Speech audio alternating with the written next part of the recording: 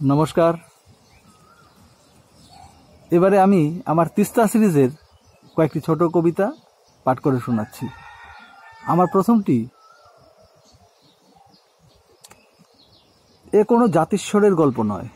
সদ্য কৈশোর থেকে যৌবনে পা রাখা গেও ছেলেটা ভালোবেসে ফেলেছিল কিশোরী তিস্তাকে, তারই মনের অজান্তে।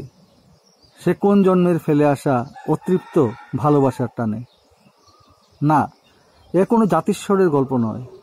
এ কক্ষপচ্যুত গ্রহকণার মহাশূন্যে বিলীনের অপূর্ণতার কাহিনী।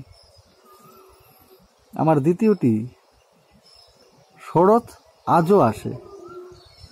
যদিও এটা পুরনো লেখা। পাল্টে গেছে সময়, পাল্টে গেছে এই শহরটাও তার নিজের গতিতেই। শরৎ আজও আসে অবলীলায়।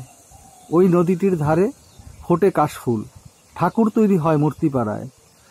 কচি কাচারা ভাসে আনন্দ জোয়ারে। নবপ্রজন্ম ভিড় জমায় KFC, ডমিনোজ আর বাবুয়ানার ঘরে। বীরেন্দ্র কৃষ্ণেরা জেগে ওঠেন চণ্ডীপাঠে, ঠিক আগেরই মতো মহালয়ার ভোরে। পুজো চলে মণ্ডপে মণ্ডপে।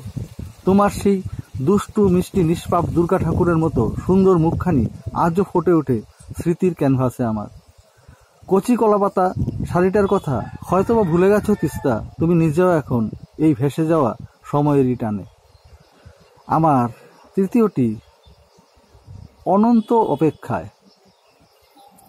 ছিলাম অপেক্ষায় সেই ছোট্ট বটগাছটির তলায়, রাস্তার পাশে ত্রিপুরা দর্পণের পুরনো বাড়িটার সামনে, তুমি আসবে বলে।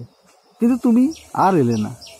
একটু একটু করে কেটেছে প্রহর, কেটেছে দিন, বছর, অনন্ত অপেক্ষায়। যদিও তুমি আসবে কথা দাওনি কোনোদিন, সবই ছিল মনের ভুল। আজ এতগুলো বছর পেরিয়েও বহুতলে গেছে ত্রিপুরা দর্পণ। কংক্রিটে জঙ্গলে গাছটি কেড়েছে নগর সভ্যতা, বড় হয়েছে ছোট্ট শহর আগরতলা। বদলেছে রাস্তাঘাট, বদলে গেছো তিস্তা তুমি নিজেও, ঠিক আমারই মতো কালেরই গতিতে। হয়তো এই রাস্তায় বহুবার হেঁটেছি আমরা সমান্তরালে, অপরিচিতের মতো। আর আজ আমার ভালোবাসার সেই চিরকুট হারিয়েছে মেসেঞ্জার, হোয়াটসঅ্যাপ এ, ঠিক আজকের পোশাকি কুশল বিনিময়ে। আমার তৃতীয়টি, জানা হয়নি আজও।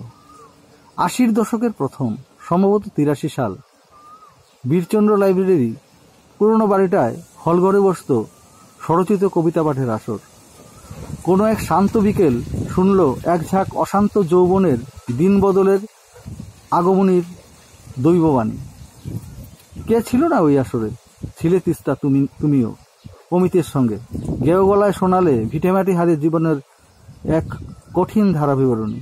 ছিলাম আমিও, আমার তৃতীয় বিশ্বযুদ্ধের উৎকণ্ঠায় যুদ্ধবিরোধী প্রথম ছাপার হরফে লেখা কবিতা অদূরের ভয়াবহ স্বপ্ন নিয়ে। সেই তোমায় প্রথম দেখা, ভালো লাগা, কেন তা জানা হলো না যে আজও। ধন্যবাদ।